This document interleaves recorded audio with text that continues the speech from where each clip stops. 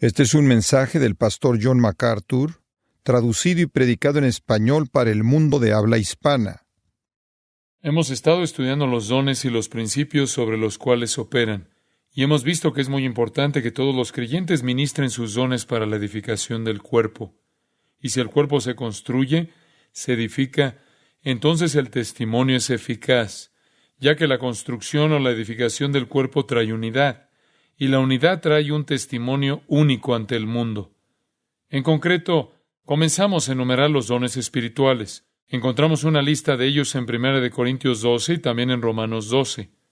Los juntamos en una lista y obtuvimos primero lo que escogimos llamar dones edificantes permanentes. Estos dones fueron dados para la edificación de los creyentes. Deben ser ministrados entre los creyentes y edifican a los creyentes de forma individual y así edifican al cuerpo como un todo. Pero también hubo algunos otros dones que no fueron diseñados para edificar al cuerpo. Fueron diseñados para confirmar la palabra a los no creyentes. Estos dones no fueron establecidos en relación con la iglesia en sí, sino con los incrédulos. Eran para confirmar la palabra. Por ejemplo, supongamos que usted estaba viviendo en la época del Nuevo Testamento. 3 predicadores llegan a la ciudad, y los 3 predican mensajes diferentes. ¿Usted a quién le creería? Bueno, sería probable que a la persona que realizara milagros. Y como Nicodemo le dijo a Jesús, Rabí, sabemos que has venido de Dios como maestro, porque nadie puede hacer estas señales que tú haces si no está Dios con él. Dios estaba con él. Era obvio que Jesús era de Dios porque había milagros que confirmaban su testimonio. Él lo aseveró y luego dijo, creedme que yo soy en el Padre y el Padre en mí. De otra manera, creedme por las mismas obras. La confirmación de las afirmaciones de Cristo fueron los milagros. Los milagros nunca fueron un fin en sí mismos, siempre fueron signos, siempre fueron señales que eran prueba de sus afirmaciones.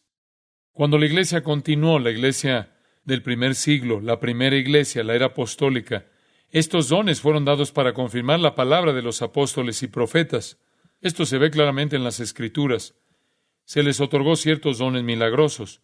No eran para la iglesia, no eran para los creyentes, eran para confirmar a los incrédulos que el mensaje predicado por los apóstoles y profetas provenía indudablemente de Dios.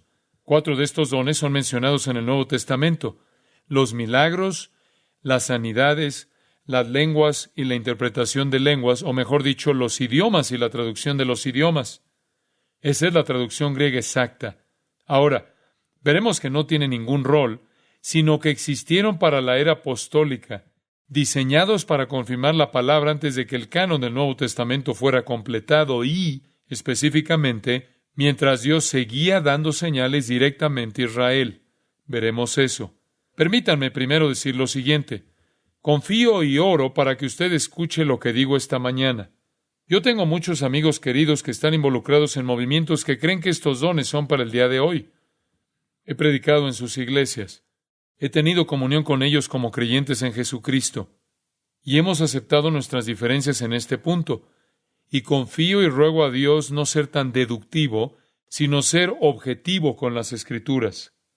Estoy abierto a cualquier cosa que el Espíritu de Dios me va a enseñar. Oro por eso. Oro para que Dios no permita que mi lengua diga algo que no es de Él.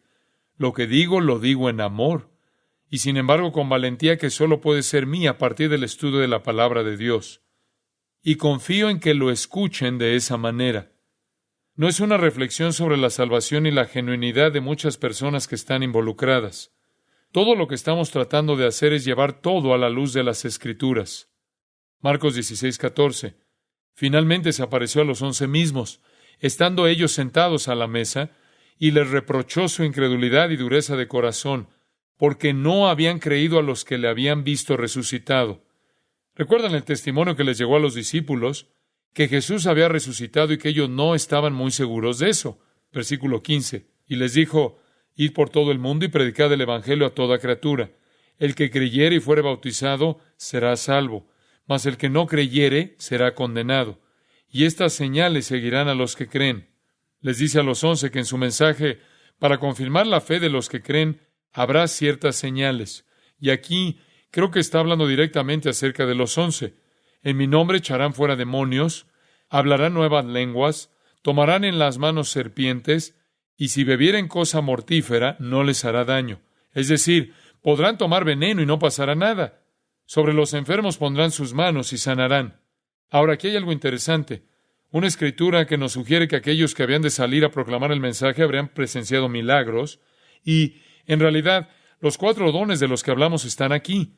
El don de los milagros, por ejemplo, será sin duda la capacidad de tomar serpientes en las manos, beber un veneno mortal y no ser lastimado. Eso es un milagro. Aquí se indica el don de las sanidades. Se dice que serán capaces de poner las manos sobre los enfermos y se recuperarán. Y se indican las lenguas, ya que dice que hablarán con nuevos idiomas. Todos esos dones se representan aquí como la promesa de nuestro Señor a los 11, que serán confirmados por estos dones y estos milagros. Ahora bien, si vamos a suponer hoy que alguien todavía tiene todo esto que es para ellos, entonces debemos estar de acuerdo con los apalaches que manejan serpientes y con los de la iglesia de los primogénitos, como se les llama, que beben veneno y así sucesivamente. Muy a menudo las cosas no funcionan como ellos quieren que funcionen. Y si estamos de acuerdo, debemos hacerlo en todo, porque dice, estas señales seguirán a los que creen. Si es una cosa permanente, entonces nos quedamos con todo. 2 Corintios 12:12. Continuamos viendo algunos pasajes para establecer un marco de referencia. Pablo está aquí hablando de su apostolado y está verificando el hecho de que él era un apóstol al decir esto. Con todo, las señales de apóstol han sido hechas entre vosotros en toda paciencia, por señales, prodigios y milagros. Artículo definido. No algunas señales, las señales. Una identificación clara de ciertas señales dadas a los apóstoles. Las señales de un apóstol. A los apóstoles se les concedían ciertas señales. Ahora, ¿cuáles eran? Bueno, al parecer se les confirieron en Marcos 16. Quiero que observen Hebreos 2. Ahora recuerden que el libro de Hebreos fue escrito de los hebreos a los judíos. Eso es muy importante. Versículo 3 del capítulo 2. ¿Cómo escaparemos nosotros si descuidamos una salvación tan grande, la cual, habiendo sido anunciada primeramente por el Señor, por supuesto, ellos no lo oyeron de Él, pero nos fue confirmada por los que oyeron? El Señor lo confirmó, lo que significa ser creíble o hacer finalmente realidad. Lo que se afirmó, se aseguró, se hizo verosímil. ¿Cómo? Versículo 4. Dios, con señales y prodigios y diversos milagros y repartimientos del Espíritu Santo. Ahora bien, estos ciertos dones del Espíritu Santo eran para confirmar la palabra en la audiencia de estos judíos. Eso es exactamente lo que el pasaje dice. Estas palabras fueron confirmadas a nosotros. Se predicó. La confirmación llegó a través de las obras hechas por los dones del Espíritu proporcionados a los apóstoles. Así llegamos a la conclusión, entonces, de que ciertos dones espirituales llamados dones del Espíritu Santo fueron las señales de un apóstol y que tenían, por lo tanto, su importancia en el ministerio apostólico, que era un ministerio fundacional. Y en la primera iglesia, cuando había miles de voces dando todo tipo de mensajes, Dios confirmó la autenticidad con estos dones especiales concedidos a los apóstoles para confirmar a los que los oyeron. Benjamin Warfield, un erudito bíblico, dijo esto, y cito, estos dones milagrosos fueron parte de las credenciales de los apóstoles como agentes autorizados de Dios en la fundación de la iglesia. Su función, por lo tanto, limitada distintivamente a la iglesia apostólica y necesariamente acabaron con ella. Fin de la cita. Si creemos que Efesios 2:20 dice que los apóstoles y los profetas eran la base, entonces las señales de apóstol terminaron cuando terminaron los apóstoles. Y si las señales de los apóstoles eran dones del Espíritu Santo para confirmar, entonces podemos unir todo y podemos ver que a medida que los apóstoles salieron de la escena, también lo hicieron los dones del Espíritu dados a ellos como señales de confirmación. Concluyeron con ellos. Algunos pasajes de Hechos específicamente asignan y asocian estos dones con los apóstoles. Hechos 14:3, solo para darles una idea, dice, por tanto, se detuvieron allí, Pablo y Bernabé en Iconio, mucho tiempo, hablando con denuedo, confiados en el Señor, el cual daba testimonio a la palabra de su gracia, concediendo que se hiciesen por las manos de ellos señales y prodigios. He aquí un ejemplo de cómo Dios usó estos dones. Ellos predicaban, y su predicación se confirmaría como divina porque hacían milagros. Yo no creo que la iglesia de hoy necesite este tipo de confirmación. La iglesia de hoy no necesita confirmación. Si 3 personas llegan a la ciudad y tienen un mensaje diferente, puedo decir inmediatamente quién es de Dios. Y la pauta no es quién hace milagros. ¿Cuál es la pauta? ¿Cuál es la norma o el estándar? La Biblia. Porque aquí está la norma que Dios ha concedido para confirmar el mensaje de quien sea. Pablo incluso dice a los profetas en 1 Corintios 14 que cuando profeticen se aseguren de que su profecía se relaciona con la doctrina que les he enseñado. Y por eso hay que tener cuidado de darse cuenta de que el verificador del mensaje de cualquier hombre, o la experiencia de cualquier hombre, o cualquier cosa espiritual, sea la palabra de Dios. Es la prueba conclusiva, la autoridad concluyente y la pauta de fe y práctica. No podemos asumir entonces que estos dones son necesarios para confirmar la palabra. La palabra ha sido establecida. Decir que hoy necesitamos señales milagrosas, en particular en todos los lugares en nuestra sociedad en los Estados Unidos y en las iglesias donde la palabra está en manos de todos, es pasar por alto o negar la finalidad y la autoridad de las Escrituras. Me recuerda Lucas 16:31, donde dice, si no oyen a Moisés y a los profetas, tampoco se persuadirán aunque alguno se levantare de los muertos. Cuando usted tiene las Escrituras, eso es suficiente. Ese es el punto. Incluso en el momento en que Pablo escribió Efesios, dice que habrá evangelistas y pastores de enseñanza. Y él dice, van a construir el cuerpo. Pero él no hace ninguna mención de ninguno de estos dones milagrosos. Y luego, cuando usted lee las cartas de Pablo a Timoteo y Tito, encuentra que la herramienta es la palabra de Dios. Continuamente dice, enseña la sana doctrina. Ahora bien, si en realidad estos dones que confirman existieran hoy en día, como algunos dicen, entonces acompañarían a grandes maestros de la Biblia o acompañarían a personas que están dando el Evangelio en tierras donde no hay Biblias para confirmar su mensaje, pero no acompañarían a grupos de cristianos que tienen las Escrituras en sus manos. Eso no tiene ningún sentido. No tiene nada que ver con el don bíblico. Los grandes maestros históricos de la Biblia concuerdan en que no poseen estos dones. Y si nos remontamos a la historia y seguimos el rastro de los hombres que han hecho grandes obras de teología, vemos que ellos no estaban involucrados en esto. Estos dones eran para los tiempos apostólicos de entonces como un ministerio de fundación. Ahora, echemos un vistazo a los dones. Solo podemos verlos de manera superficial. En primer lugar, el don de milagros. 1 Corintios 12:10. En la enumeración de los dones habla de milagros, el hacer milagros. Usted dirá, MacArthur, ¿me está diciendo que los milagros han cesado? No, yo no creo que los milagros hayan cesado. Sé que están ocurriendo en todas partes. Veo milagros constantemente. Dios es un Dios de milagros. Usted dice, bueno, deme una definición de milagro. Un milagro no es gran cosa. El incrédulo se incomoda por un milagro. No es nada. Déjeme mostrarle lo que quiero decir. Vivimos en un pequeño mundo natural. Digamos que es una laguna, ¿de acuerdo? Nuestra pequeña laguna y decimos, todo en nuestra pequeña laguna es como debería ser. Bueno, un milagro no es otra cosa que Dios, si es que Él existe, metiendo el dedo en el estanque y creando una onda. Quiero decir, si hay un Dios allá arriba, un milagro no es gran cosa. Es como tirar una piedra en el estanque y crear ondas. Muy pronto el estanque se calma y vuelve a la normalidad. Lea el libro de C.S. Lewis acerca de los milagros.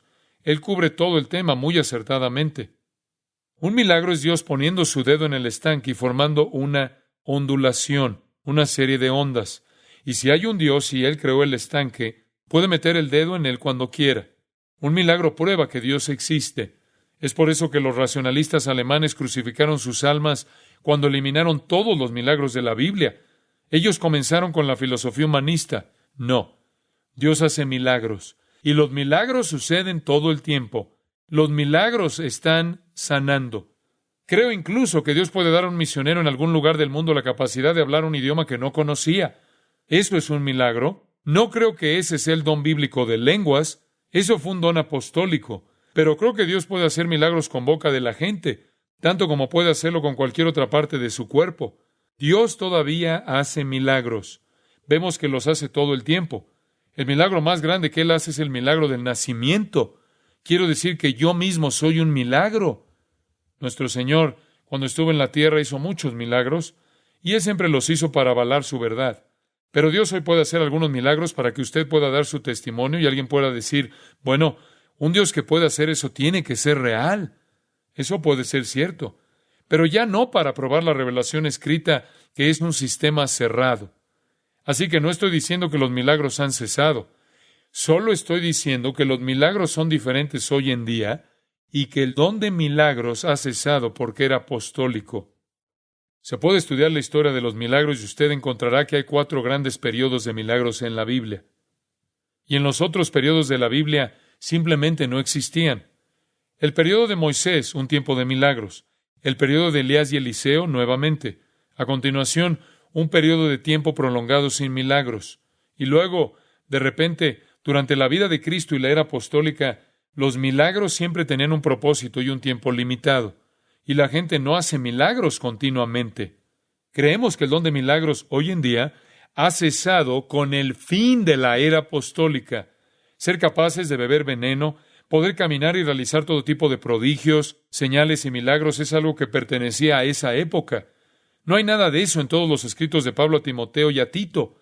Nada en absoluto acerca de los milagros. No hay ninguna indicación de hacer milagros o incluso un énfasis en la vida de Pablo. Después de que se fue a Filipos por un periodo de al menos 2 años, no dice nada acerca de los milagros. Nunca hubo ningún registro de milagros en Antioquía, Corinto, Tesalónica, Derbe, Berea, etcétera, etcétera. Muy limitado, muy temporal. Yo estaba conduciendo a Sahum Lake y vi una gran carpa en un lote baldío. En un letrero exterior decía, servicios milagrosos, milagros de lunes a viernes. ¿Milagros de lunes a viernes? Una línea de producción de milagros. Creemos que la palabra de Dios no nos dice nada acerca del don de milagros para esta época, sino que esos son los dones de los apóstoles. Han sido temporales en ese período. Con el fin de la escritura del Nuevo Testamento, la certificación de cualquier mensajero no es su capacidad de hacer milagros, sino su capacidad de enseñar la palabra con precisión. El cumplimiento de la palabra es ahora el testimonio de cualquier hombre. Y podríamos decir más al respecto, pero vamos a seguir adelante. Sanidades. ¿Qué pasa con la sanidad?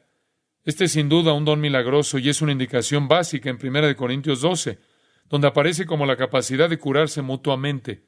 Dice, sanidades, versículo 9. Usted me preguntará, ¿ahora usted dice que entonces Dios no sana a los enfermos? Por supuesto que no. Dios sana a los enfermos, Él restaura a los enfermos. Pero hoy no hay gente caminando por ahí que sanará a todo el mundo en respuesta a un don como en la era apostólica. Hoy en día Dios sana por su voluntad soberana y en respuesta a la oración.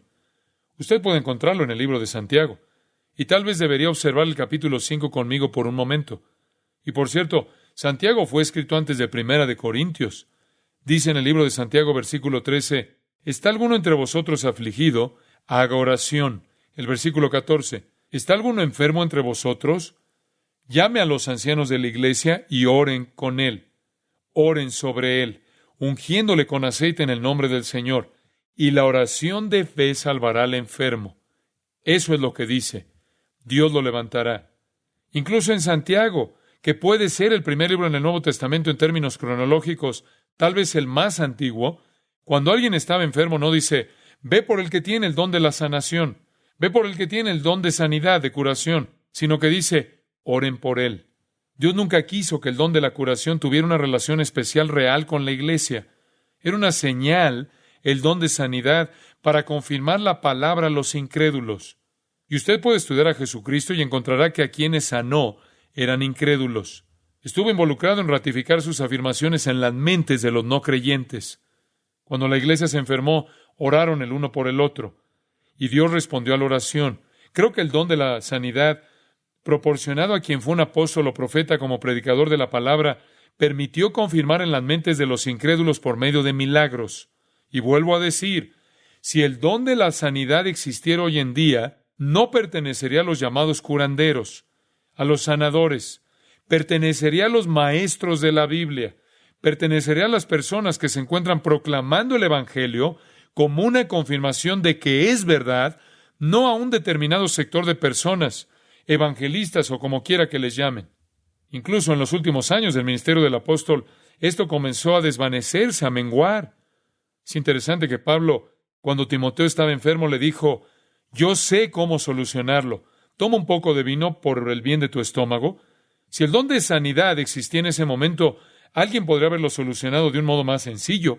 Y a menudo he pensado cuán interesante es que en 2 de Timoteo 4 Pablo dice: a Trófimo dejé en Mileto enfermo. Si Pablo tenía el don de hacer milagros en ese momento y el don de sanidad, bien podría él haber sanado a Trófimo. Pero no parece haber ningún caso en el Nuevo Testamento donde ese don se ejerce en un creyente o se ejerza a un creyente. Sin embargo, en toda esta sanidad que está aconteciendo hoy en día, son todas estas personas que históricamente han estado en la iglesia haciendo estas largas filas para ser sanadas. Eso no sigue el patrón bíblico. Estaba pensando en el testimonio de Joe Gortner. No sé si han oído de eso, pero él finalmente contó todo. Él fue quien se supone que a los 4 años de edad tenía el don de sanidad, y sus padres lo pusieron en el escenario y comenzó un ministerio de sanidad y demás. Algo interesante. Yo estaba con mi papá y nos quedamos sentados hablando de esto. Yo debería ir a ver esa película. Acaban de hacer una sobre él. Me llamaron por teléfono cuando estaban haciéndola, me dijo mi padre. Y me preguntaron si podían utilizar un comunicado de prensa y una entrevista que hice cuando él tenía tan solo 4 años de edad. Y vinieron a mi iglesia y me preguntaron cuál era mi opinión. Y él dijo, y yo les di mi opinión. Dije que se trataba de una farsa, que era un engaño, etc. Yo no sé si él está en esa película o no. Él tampoco lo sabe. Pero de todos modos, al parecer la película expone todo el asunto como un fraude. Y el protagonista dijo, y le oí decir en algún lugar, que realmente no sabía de ninguna curación física legítima en todos los años que lo había hecho. Pero estaba consciente de que había hecho un gran servicio a la gente que tenía problemas psicológicos. También estaba consciente del hecho de que las personas que estaban allí la noche del lunes estaban de regreso el jueves con una nueva dolencia. Y eso es muy común. Hice un estudio en la universidad sobre este asunto y esto surgió una y otra vez. Y por eso tenemos que ser muy cuidadosos en la comprensión de las directrices bíblicas para las sanidades. Yo creo que Dios sana, pero creo que Él sana en respuesta a su soberanía y en respuesta a la oración. Y si hoy hay gente que parece ver a Dios sanando en respuesta a su ministerio, entonces yo digo, a partir de la evidencia bíblica, que pueden tener el don de la fe a la que Dios responde al orar, pero el don de sanidad era apostólico. Y pueden ir curando a los incrédulos para confirmar la palabra. Y es por eso que cuando la palabra vino, ese don dejó de tener sentido. Y no se olviden tampoco que algunas de las curaciones pueden ser reales. Dios puede desear sanar a alguien. Satanás también puede sanar. Mateo 7, léalo. Usted puede leer sobre eso en Hechos 8, en Hechos 13. Satanás puede sanar. De hecho, Jesucristo hizo todo esto y finalmente llegaron a la conclusión de que era de Satanás, ¿no es cierto? Lo que hizo, lo hizo por el poder de Belcebú. Ellos estaban tan familiarizados con el hecho de que Satanás podía adulterar todo, que los judíos determinaron que Jesús era Satanás y dijeron que él estaba haciendo la sanidad. Satanás puede hacer estas cosas. La idea de que ciertas personas pueden curar como en una línea de producción no es bíblica. Y a menudo he pensado que si realmente tuvieran el don de sanidad, estarían en los hospitales, no en tiendas de campaña, y estarían con los no creyentes predicando el Evangelio y confirmando la palabra con ellos. Debemos hacer un estudio sobre el don de sanidad en algún momento en el futuro, porque es importante. El don de la sanidad nunca fue pensado para los creyentes. Nunca fue pensado como algo permanente. Era una señal para los apóstoles. Fue uno de los dones de los apóstoles. Y hoy en día, incluso en el libro más antiguo del Nuevo Testamento, Santiago, la orden es orar por los enfermos. A continuación, en tercer lugar, llegamos a las lenguas y la interpretación. Las veremos juntas, no por mucho tiempo, solo algunas reflexiones bíblicas. Quiero que consideren varias cosas con respecto a esto. ¿Cuál fue el don de lenguas y cuál fue su utilidad? Pues bien, el don de lenguas debe ser conocido como el don de los idiomas. La palabra es glosa, la palabra tradicional histórica para idioma. En realidad no significa otra cosa que idioma. El don era una capacidad dada por el Espíritu para hablar una lengua extranjera. Fue un milagro que Dios podía utilizar como una señal para confirmar la palabra. Lo más importante que sucedió en Hechos 2 fue la predicación de Pedro. Ese sermón magnífico fue en respuesta al mismo que 3,000 personas se arrepintieron. Pero, ¿qué fue lo que realmente confirmó en sus mentes que el sermón de Pedro era de Dios? ¿Qué fue? Todas esas personas que hablaban en sus propios idiomas las maravillas de Dios. Fue un regalo de confirmación, fue un don de confirmación, fue pensado para los incrédulos. Solo apuntaba al sermón. No fue nunca un fin en sí mismo. Una señal para escuchar el sermón. Fue un don de confirmación. ¿Cómo iban a saber que era de Dios? Cuando vieron ese milagro, ¿a qué más podrían asignar eso? Ellos escucharon a Pedro, y después de haber hecho esto, debieron asumir que esto era el mensaje de Dios. Al menos 3,000 personas lo creyeron. Además, las lenguas eran una señal solo a los judíos. Nunca tuvieron sentido para los gentiles. En Hechos 2, judíos. En Hechos 10, los de la circuncisión escucharon y creyeron. A lo largo de Hechos, cada vez que ocurren las lenguas, los judíos están presentes. No tiene sentido para los gentiles. Así es que llegamos a la conclusión de dos cosas. Era inútil entre los creyentes, era inútil entre los gentiles. Para ellos, ver el movimiento de hoy, donde muchos creyentes gentiles lo hacen con otros, es totalmente antibíblico. Permítame mostrar lo que quiero decir con eso. Observe 1 Corintios 14:2. Dice, en la ley está escrito, y aquí se remonta al Antiguo Testamento, Isaías 28:11, porque en lengua de tartamudos y en extraña lengua hablará este pueblo. Esa pequeña frase, este pueblo, se refiere, en el contexto de Isaías, a Israel. Así que Dios dice, yo voy a hablar con Israel, pero voy a hablar con Israel con otras, en realidad no dice hombres en el original, lenguas y labios. Simplemente dice, porque en lengua de tartamudos y en extraña lengua hablará este pueblo. Con lenguas y en otros labios voy a hablar con Israel. Ese era el objetivo de las lenguas. Para Israel, a este pueblo, se refiere a ellos. Versículo 22. Las lenguas son por señal. ¿Qué hace siempre una señal? Apunta a otra cosa.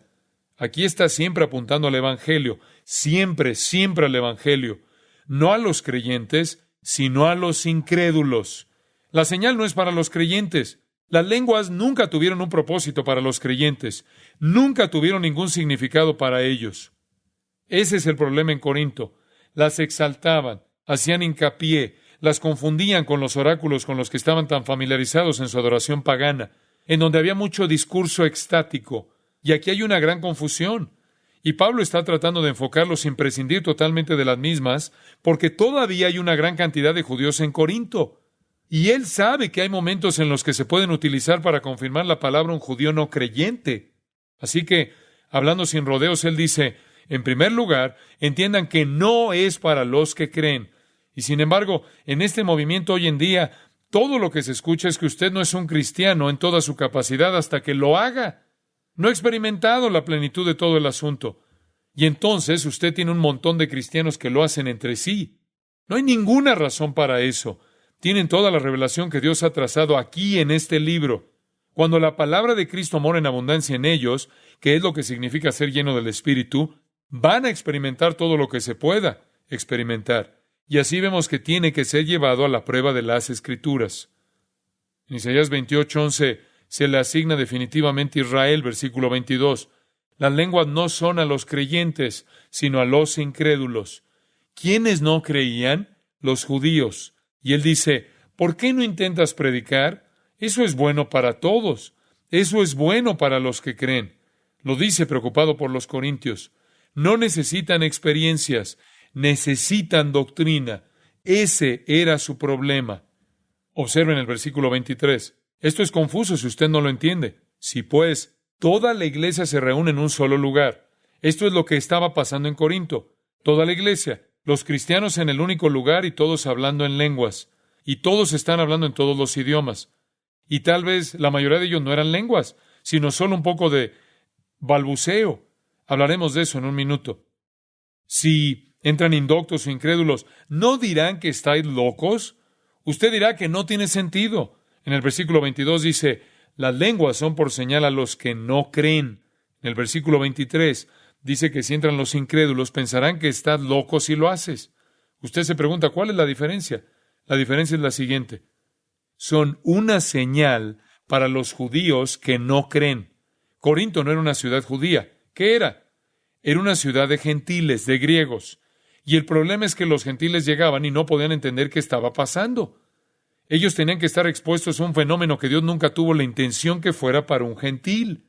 Eso es lo que Pablo tiene que estar diciendo aquí. Vienen a su asamblea y todos ustedes están haciendo eso. Le voy a dar un ejemplo. Tengo un vecino gentil que vive al lado y hemos estado tratando de compartir a Cristo con esta señora y su marido. Mi mujer ha compartido con ella. Yo compartí con ella. Fui a visitar al hospital. Ella tuvo un grave ataque al corazón, lloré con ella, le expliqué el Evangelio y demás. Y hemos pasado por esto tratando realmente de llevarlos a Cristo.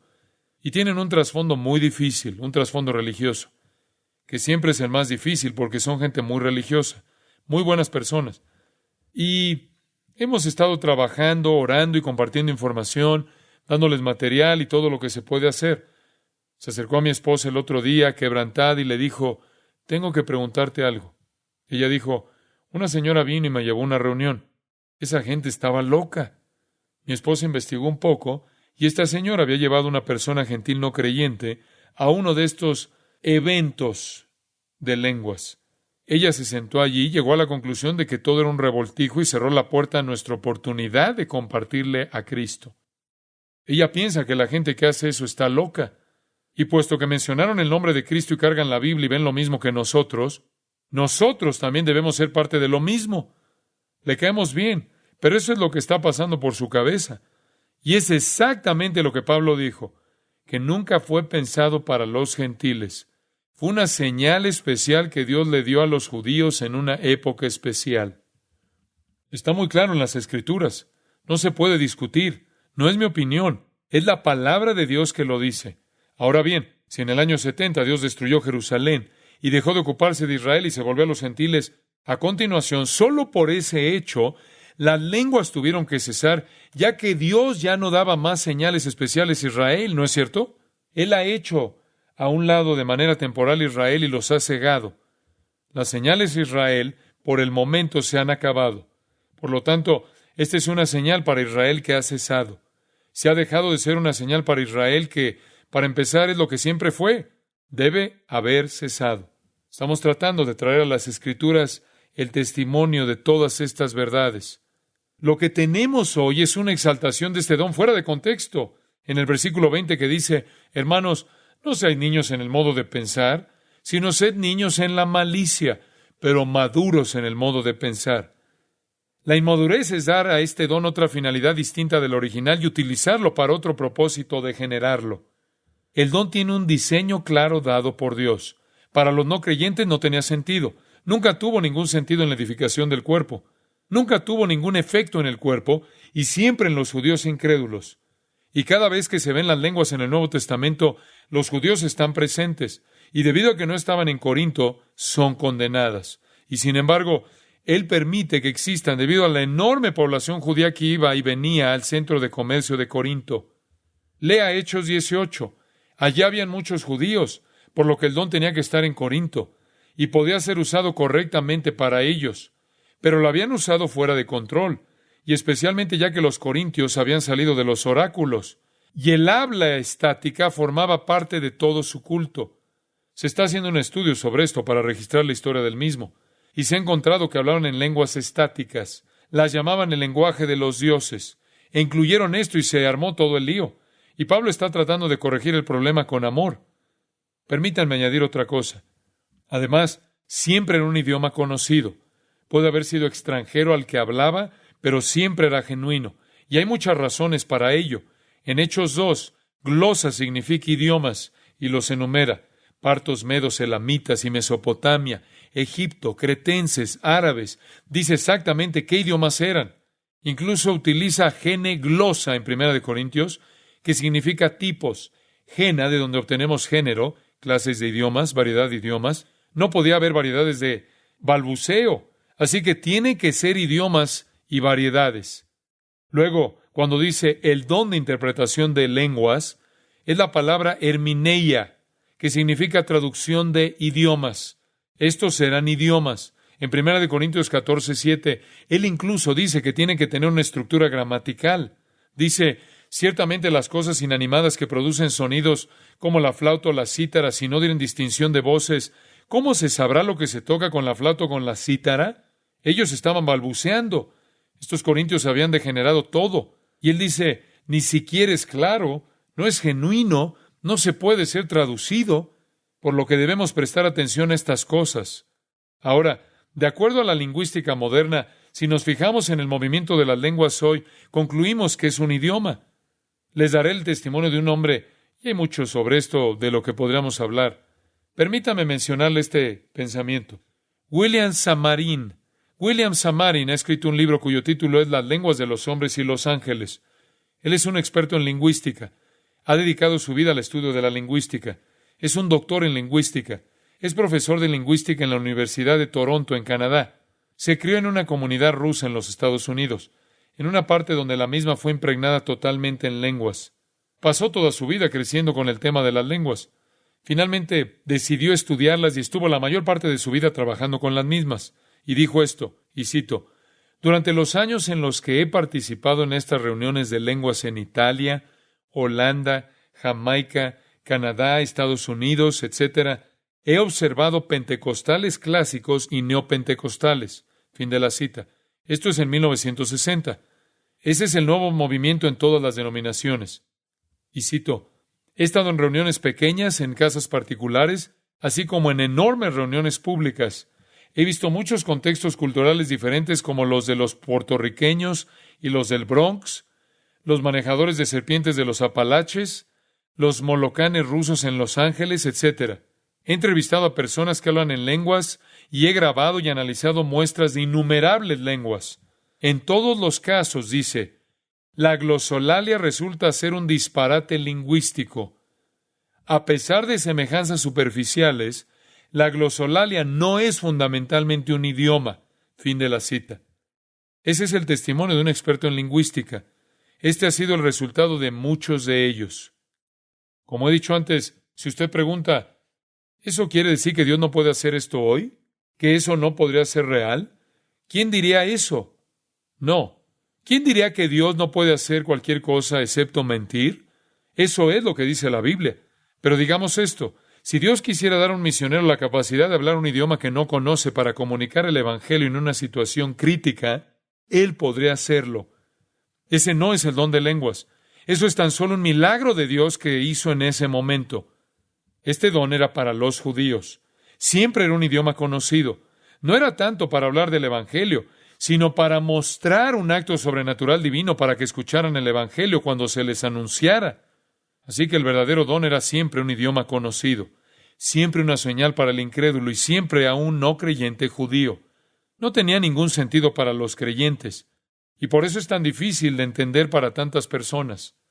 Hay creyentes que se reúnen y hablan el uno al otro en lenguas, lo cual no es el modelo bíblico. Usted se preguntará por qué los corintios abusaron de él. Cuando estudiemos 1 Corintios averiguaremos que abusaron de eso tal como abusaron de todo. La iglesia era un desastre.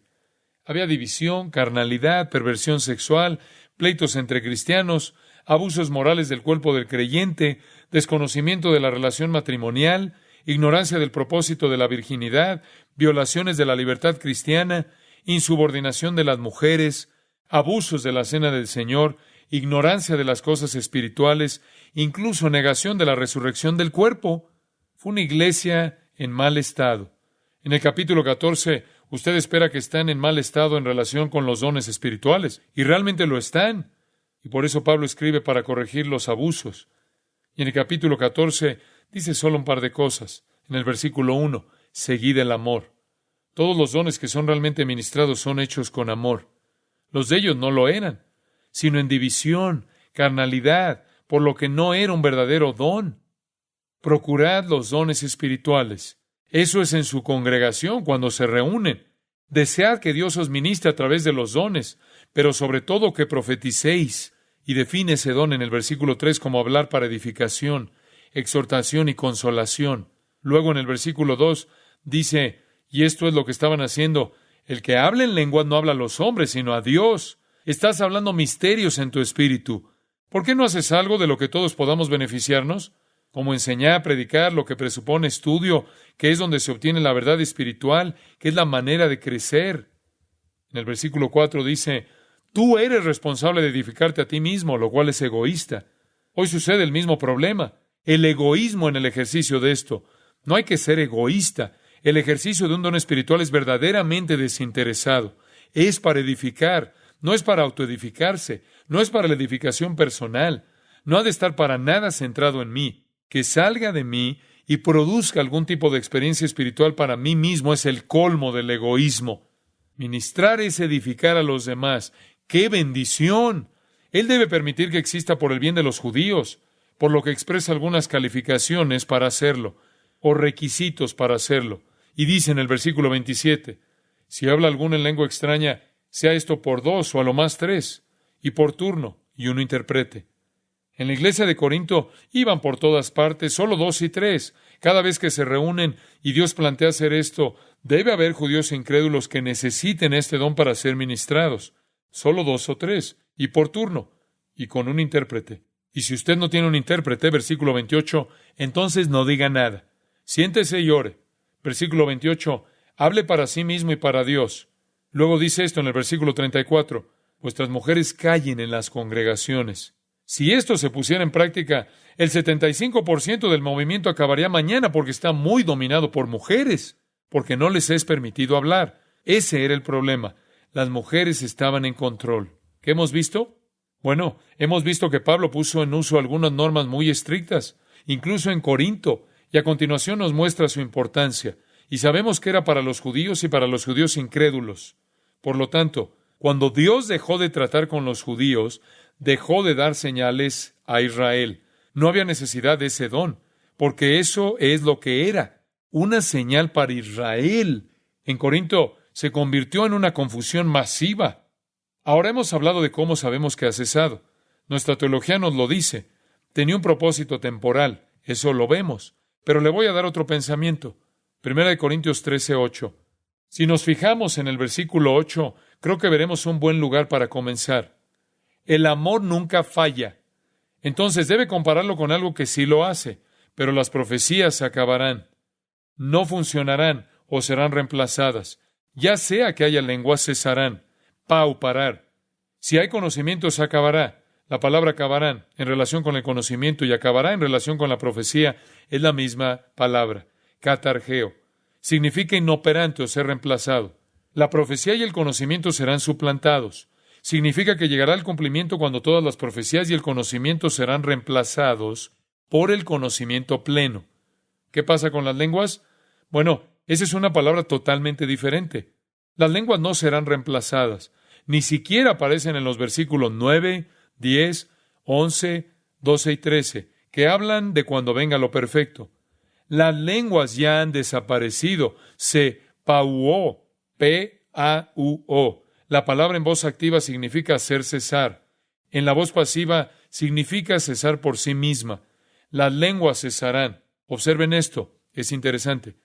Dice, las lenguas cesarán por sí mismas. El conocimiento será inservible. La profecía será inoperante. Y luego continúa hablando de las dos en el versículo 9, porque en parte conocemos y en parte profetizamos. Las lenguas ya se han acabado. Él continúa hablando de lo perfecto que está por venir. Luego pasa a hablar de la profecía y el conocimiento, pero no más de las lenguas. Ahora bien, si entendemos que fue un don para los judíos, podemos suponer que se detuvieron al menos por el año 70, ¿verdad? Cuando Jerusalén fue destruida y Dios comenzó a trabajar con los gentiles. Y ya que nos fijamos en la palabra griega cuidadosamente, Pablo escogió una palabra muy clara. Podríamos traducirla en el sentido coloquial. Las lenguas se desvanecerán por sí mismas. Eso es lo que significa. Simplemente pararán por sí mismas. ¿Ven la diferencia? Utiliza un verbo diferente, una voz diferente y un tiempo verbal diferente. Debe querer decir algo diferente. Usted dice, ¿cuándo se desvanecieron? Bueno, como he dicho, la indicación del año 70 será un buen punto de partida. Escuche lo que dice Jorge Dollard del Seminario de Dallas, y cito, unos 35 años atrás, un distinguido educador americano, el doctor George Cutton de la Universidad Colgate, examinó detenidamente todas las instancias históricas del hablar en lenguas. Después de la investigación, la conclusión de Cutton fue que en la iglesia antigua, la iglesia de los padres, No había ni un ejemplo bien documentado de una persona que practicara el hablar en lenguas o que incluso pretendiera hacerlo. Fin de la cita. En la primera iglesia, la iglesia de los padres de los primeros siglos, no había ni siquiera una instancia bien demostrada de alguien que ejerciera las lenguas. Al parecer, se detuvieron históricamente por sí mismas, como Pablo dijo que lo harían. La voz de la historia de la iglesia está, pues, también en contra del movimiento moderno y lo etiquetaría como antihistórico. Cleon Rogers dice esto, y cito, después de examinar el testimonio de los primeros líderes cristianos, y pasó mucho tiempo y dedicó mucho estudio como historiador en esto, él dice, su ministerio representa prácticamente todas las áreas del Imperio Romano, del año 100 al 400, y parece que los dones milagrosos del primer siglo se extinguieron. Ellos no se pueden encontrar en los primeros 400 años de la iglesia. Fin de la cita. Ahora usted puede decir, bueno, sí había Esteban Montano y Tertuliano en la iglesia primera, y tiene razón, pero Montano era un hereje que fue calificado como poseído por el demonio y afirmó que Dios solo habló a través de él, y que él era aquel en quien el Espíritu Santo moraba, y solo él. Este hombre tenía un problema, y Tertuliano era su discípulo. Pues bien, durante la Edad Media había algunos católicos que hablaban en lenguas. Los Shakers fueron la primera secta moderna de Estados Unidos. Ellos eran célibes, eran comunistas, y su líder era la madre Ann Lee, quien dijo que la segunda venida se cumplió en ella. El séptimo artículo de la fe en el mormonismo aboga las lenguas. Es una parte del mormonismo. El movimiento moderno nació en una reunión en Azusa, California, en 1914. Ahora, escuchen esto. Si las lenguas cesaron históricamente alrededor del año 70 o al final del siglo I, y luego durante 1800 años no existieron, ¿qué está pasando hoy en día para que creamos que es real? Me refiero a que, ¿acaso el Espíritu de Dios ha quitado ese don estratégico de la iglesia durante 1800 años? No hay nada en la Biblia que diga que será otorgado nuevamente. ¿Dónde ha estado por 1800 años si se trata de una parte integral de la vida de la iglesia? ¿El Espíritu de Dios ha cometido un error grave? No lo creo. Creo que tenemos que colocar lo que está pasando hoy a la luz de las Escrituras. Usted dice, bueno, ¿qué está pasando? ¿Qué es entonces? Bueno, hay tantas explicaciones. Quiero ser preciso solo en el sentido de la evaluación. Algunas personas son muy sinceras, genuinas y están deseosas de esto y no deseo desalentarlas. En primer lugar, algunos son simplemente falsos, una falacia. Nunca olvidaré una vez que estaba predicando, y una señora se puso de pie y comenzó a hablar en lenguas en medio de mi mensaje. Y yo era un joven en el seminario y realmente me resultaba difícil saber qué hacer, así que solo me limité a decir, yo realmente creo que el Señor hará que hablemos de uno en uno a la vez, ya que la profecía es el don mayor. ¿Por qué no se siente y lo hace más tarde? Eso es lo mejor que se me ocurrió en ese momento. Realmente no sabía cómo manejar la situación, pero el punto es que ella terminó y se sentó. Simplemente se sentó. Si era del Espíritu, dudo muy seriamente que hubiera ido y venido tan fácilmente. Samarin en su libro dijo, y cito, hablar balbuceo es un juego de niños, fin de la cita. Y si usted lee lo poco que Easton escribió sobre cómo hablar en lenguas, y es uno de los principales líderes del movimiento, continúe diciendo, dice él, y cito, va, una y otra vez lo más rápido que pueda, fin de la cita. Y Pablo dice que cuando era un niño hablaba como un niño, cuando fue hombre dejó lo que era de niño. Dios no quiere que hablemos como un bebé. Él dice, voy a orar con mi espíritu, pero también oraré con mi entendimiento. No le hable a Dios con ese tipo de palabras. A Dios no le interesa oír eso. Así que creo que algunas personas están tan deseosas de algo experimental y debido a la presión de su grupo de pares, simplemente hacen algo porque se está haciendo. Y son buenos en ello. Creo inclusive que algo tiene que ser psicológico. Cuando uno se detiene a considerar que es una cosa que hacen muchos grupos y que históricamente no tiene absolutamente nada que ver con el cristianismo, puede ser catalogado como un fenómeno psicológico. La gente se provoca un estado autoinducido de hipnosis, etcétera, etcétera. Gran parte de ello es psicológico. Creo que algo de eso es satánico. Y créanme cuando les digo que he tenido encuentros personales con demonios vocalizando a través de un individuo. No voy a entrar en detalles. Es cierto. Isaías 8 dice en el versículo 19, y si os dijeren, preguntad a los encantadores y a los adivinos que susurran hablando, responded, ¿no consultará el pueblo a su Dios? ¿Consultará a los muertos por los vivos? Israel estaba buscando algún tipo de experiencia sobrenatural. Lo consiguieron. Tienen algunos demonios que susurran y murmuran. En la Septuaginta, la palabra griega egastrimutos se traduce ventrílocuo. Ventrílocuo. Los demonios pueden serlo. Hay demonios ventrílocuos.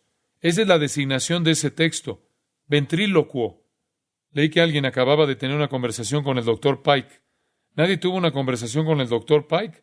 Lo que tuvo fue una conversación con un demonio que suplantó al Dr. Pike. Y pueden hablar y decir lo que quieran decir. El hecho de que suceda no significa que sea cierto. Usted debe colocar su experiencia a la luz de las Escrituras. Un autor dijo, y cito, usted simplemente haga silencio, guarde silencio, resuelva no hablar una palabra de un idioma que haya aprendido, sus pensamientos centrados en Cristo, y simplemente alce su voz y hable con confianza que el Señor tomará el sonido y le dará forma de lenguaje. Fin de la cita. ¿Qué es eso? ¿Eso no es hablar a Dios con su entendimiento? Pablo dice, voy a orar con mi entendimiento. Voy a cantar con mi entendimiento. Usted preguntará por qué la gente busca esto. ¿Por qué lo hacen? Le voy a dar 4 razones. Una, hay una desviación sistemática de la interpretación de la Biblia. Ellos no saben dónde corresponde cada cosa en el plan de Dios. Hablé con un hombre que tenía problemas con esto, y no estaba en este movimiento, pero yo sabía que lo iba a estar pronto porque no podía entender la segunda venida y no comprendía la diferencia entre Israel y la Iglesia. Él confundía el antiguo pacto con el nuevo pacto. Se graduó de un seminario en este tema y realmente no tenía una teología definida en absoluto. Él solo se desplazaba por toda la Biblia, todo era un gran revoltijo espiritualizado. Era realmente un alma frustrada. Pero una vez, por fin dijo, he decidido aplicar simplemente todo a todo el mundo. Le dije, bueno, ¿a qué hora son tus sacrificios? No se puede aplicar todo a todo mundo. Eso no funciona. Dios opera en diferentes momentos y de diferentes maneras de acuerdo con su propio diseño por razones específicas. Y cuando la gente no entiende la interpretación sistemática de la Biblia, cuando no entienden qué va en cada categoría teológicamente, a continuación se encuentran con todo tipo de problemas. Debe haber una interpretación bíblica sistemática, y si no se les enseña eso, entonces caen víctimas de esto. En segundo lugar, creo que otra razón por la que la gente cae en esto es porque están hambrientos de la palabra de Dios y la experiencia sobrenatural. Y esto es cierto. Mi corazón está con esta gente. Mi corazón anhela enseñarles la palabra de Dios porque ahí está todo. Cuando la palabra de Cristo mora en ustedes en abundancia, todo es de ustedes, ¿no es cierto? Y estas personas no tienen eso. Y se mueren de hambre por la palabra de Dios. Se mueren de hambre porque algo real, algo divino pasa en sus vidas. Y se aferran a lo que puedan. Y las personas que están adelante de ellos les deberían estar enseñando, pero no lo están. Tercero, creo que mucha gente quiere mejoría física y experiencia emocional porque tiene falta de fe. En realidad no creen. Y tienen que estar continuamente mostrándose. Su fe es tan débil. Eso es duda en busca de pruebas. La gente quiere algo sobrenatural y entonces creerán. Y se aferran. A continuación, en cuarto lugar, creo que la gente lo busca porque se ha ofrecido como un camino rápido a la espiritualidad. Uno puede llegar tan rápido, automáticamente estás en el grupo superior. ¿Qué quiero decir? Pues bien, el movimiento moderno no tiene ninguna base en la doctrina bíblica. No observa ninguna norma. La carne y Satanás pueden hacer una experiencia falsa. Las lenguas no son exclusivas de los cristianos. No podemos decir que la experiencia las verifica. ¿Sabe usted que hay informes de biblos en la costa de Fenicia que dicen que en el año 11 a.C. las lenguas sucedían allí? Hablaban lenguas estáticas. Del 429 al 347, los diálogos de Platón hablan de ello. Del 7 al 19 a.C., Virgilio describe en la Eneida los aumentos de civiles en idiomas estáticos en la isla de Delos.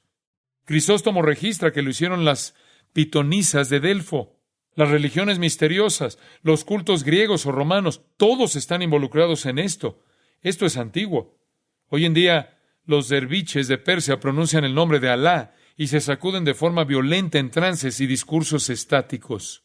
Los esquimales de Groenlandia participan de esto.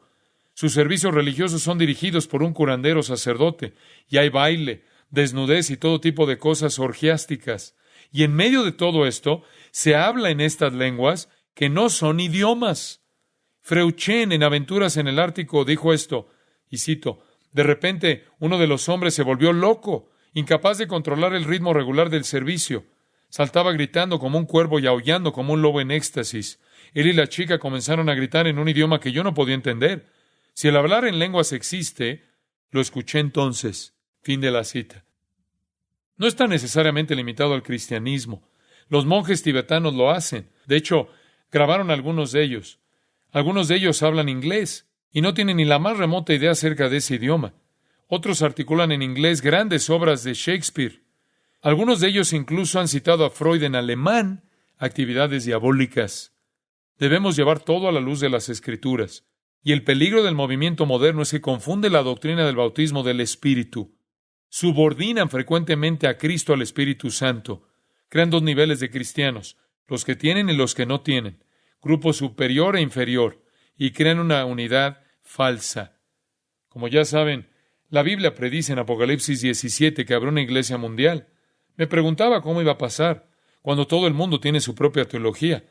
Pero hoy sucede algo que, por primera vez en la historia, fragmenta todas las líneas denominacionales. 30,000 católicos están ahora involucrados en el movimiento carismático. De 8 a 14 millones de personas están involucradas en esto. Traspasa todas las líneas denominacionales. Las personas se están reuniendo sin doctrina. No importa cuál doctrina tenga mientras que posea esto. Bien podría ser que esto fuera el catalizador para el movimiento ecuménico que da lugar a la falsa iglesia en Apocalipsis. Termino con esto para que usted lo medite.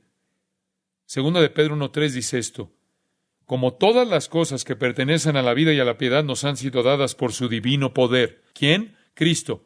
¿Qué nos ha dado Él? Todas las cosas. ¿Necesitaremos más? ¿Cómo las consigo? Mediante el conocimiento de aquel que nos llamó por su gloria y excelencia. A través del conocimiento de Él. Y cuando usted es salvo, usted recibe todo lo que necesita. Usted no tiene que buscar nada más. Busque conocer la palabra de Dios y tratar de conocer mejor a Cristo.